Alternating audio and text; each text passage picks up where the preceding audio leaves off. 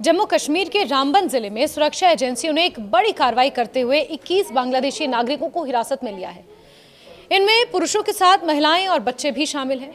शुरुआती जांच में सामने आया है कि सभी ने असम के रास्ते अवैध रूप से भारत में प्रवेश किया था और विभिन्न राज्यों से होते हुए जम्मू कश्मीर पहुंच रहे थे। सुरक्षा एजेंसियों को आशंका है कि इन लोगों को कश्मीर में बसाने की योजना बनाई गई थी, जहां उनके रहने, मकान, रोजगार की व्यवस्था पहले से किए जाने का दावा किया गया था।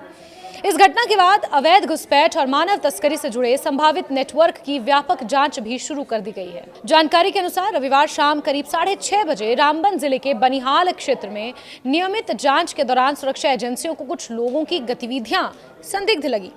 पूछताछ और दस्तावेजों की जांच के दौरान पता चला कि उनके पास भारत में प्रवेश या यहां रहने से संबंधित कोई वैध दस्तावेज मौजूद नहीं है। इसके बाद सभी 21 लोगों को हिरासत में लेकर विस्तृत पूछताछ की गई और बाद में आगे की कानूनी कार्रवाई के लिए रामबन पुलिस के हवाले कर दिया गया।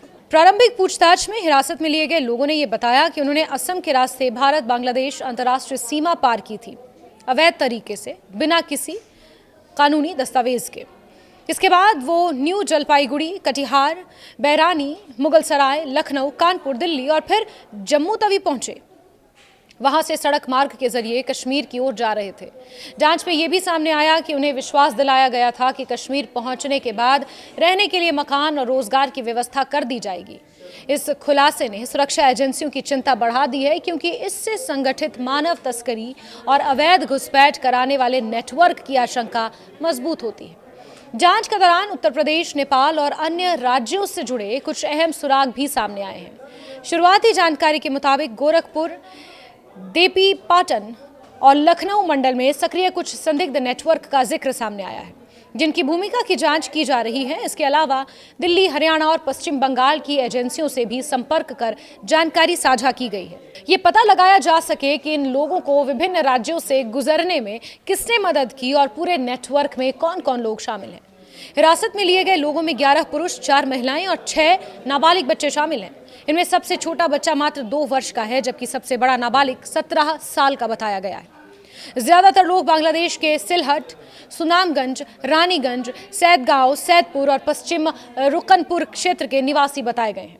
जांच एजेंसियां उनकी पहचान और नागरिकता से जुड़े दस्तावेजों का भी सत्यापन कर रही है। हालांकि उनके पास मौजूदा समय में इस तरह का कोई भी आधिकारिक दस्तावेज मौजूद नहीं है।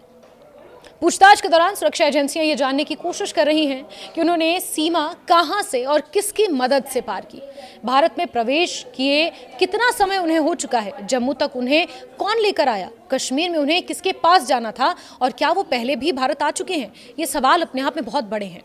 जांच का एक महत्वपूर्ण पहलू ये भी है कि आखिर उन्हें बसने के लिए कश्मीर ही उन्होंने क्यों चुना, या उन्हें बसाने के लिए कश्मीर ही क्यों चुना गया, और इस पूरी योजना के पीछे किसका हाथ है। इस मामले ने सुरक्षा व्यवस्था को लेकर कई गंभीर सवाल खड़े कर दिए हैं। सबसे बड़ा सवाल यह है कि अगर ये सभी लोग असम के रास्ते भारत में अवैध रूप से दाखिल हुए, तो वो हजारों किलोमीटर की यात्रा कर पश्चिम बंगाल, बिहार, उत्तर प्रदेश, दिल्ली और जम्मू तक कैसे पहुंच गए, और रास्ते में किसी स्तर पर उनकी पहचान या रोकथाम क्यों नहीं हुई, क्योंकि वो असम, बिहार, लखनऊ, दिल्ली, हरियाणा, इन तमाम राज्यों को पार करके आए हैं। उत्तर प्रदेश सुरक्षा एजेंसियां अब इस पूरे रूट की जांच कर रही हैं, ताकि ये पता लगाया जा सके कि यात्रा के दौरान किस किस स्तर पर चूक हुई है और क्या इसमें किसी संगठित गिरोह की भूमिका थी। विशेषज्ञों का ये मानना है कि अगर जांच में मानव तस्करी या अवैध घुसपैठ कराने वाले संगठित नेटवर्क की पुष्टि होती है, तो कार्रवाई का दायरा केवल इन 21 लोगों तक सीमित नहीं रहेगा। ऐसे मामलों में उन लोगों की भी पहचान की जाएगी जिन्होंने सीमा पार कराने, यात्रा की व्यवस्था करने, फर्जी पहचान उपलब्ध कराने या गंतव्य तक पहुंचाने में किसी भी प्रकार की भूमिका निभाई हो। सुरक्षा एजेंसियां अब डिजिटल साक्ष्यों, मोबाइल फोन, संपर्क सूत्रों और यात्रा के अन्य विवरणों की भी जांच कर रही हैं। गौरतलब है कि जम्मू कश्मीर में अवैध रूप से रह रहे रोहिंग्या और अन्य विदेशी नागरिकों के खिलाफ पहले भी बड़े स्तर पर अभियान चलाए जा चुके हैं। पिछले कुछ वर्षों में प्रशासन और सुरक्षा एजेंसियों ने कई जिलों में सत्यापन अभियान चलाकर बड़ी संख्या में संदिग्ध विदेशी नागरिकों की पहचान की थी। कई मामलों में लोगों को हिरासत में लेकर उनके दस्तावेजों की जांच की गई, जबकि जिनके पास वैध कागजात नहीं पाए गए उनके खिलाफ कानूनी कार्रवाई की गई। इन अभियानों का मकसद संवेदनशील सीमावर्ती क्षेत्रों में अवैध रूप से रह रहे विदेशी नागरिकों की पहचान करना और सुरक्षा संबंधी संभावित जोखिमों को कम करना था। ताज़ा घटना ने एक बार फिर अवैध घुसपैठ और राष्ट्रीय सुरक्षा से जुड़े मुद्दों को चर्चा के केंद्र में ला दिया है। फिलहाल सुरक्षा एजेंसियां सभी पहलुओं की गहन जांच कर रही हैं और ये पता लगाने की कोशिश की जा रही है कि ये केवल अवैध प्रवास का मामला है या इसके पीछे कोई बड़ा संगठित नेटवर्क सक्रिय है। जांच पूरी होने के बाद ही पूरे मामले की वास्तविक तस्वीर सामने आएगी। वहीं सुरक्षा एजेंसियां ये भी सुनिश्चित करने में जुटी हैं कि अगर किसी राज्य या क्षेत्र में ऐसा नेटवर्क सक्रिय है तो उसे चिन्हित कर उसके खिलाफ सख्त कार्रवाई की जाए, ताकि भविष्य में इस तरह की घटनाओं को रोका जा सके।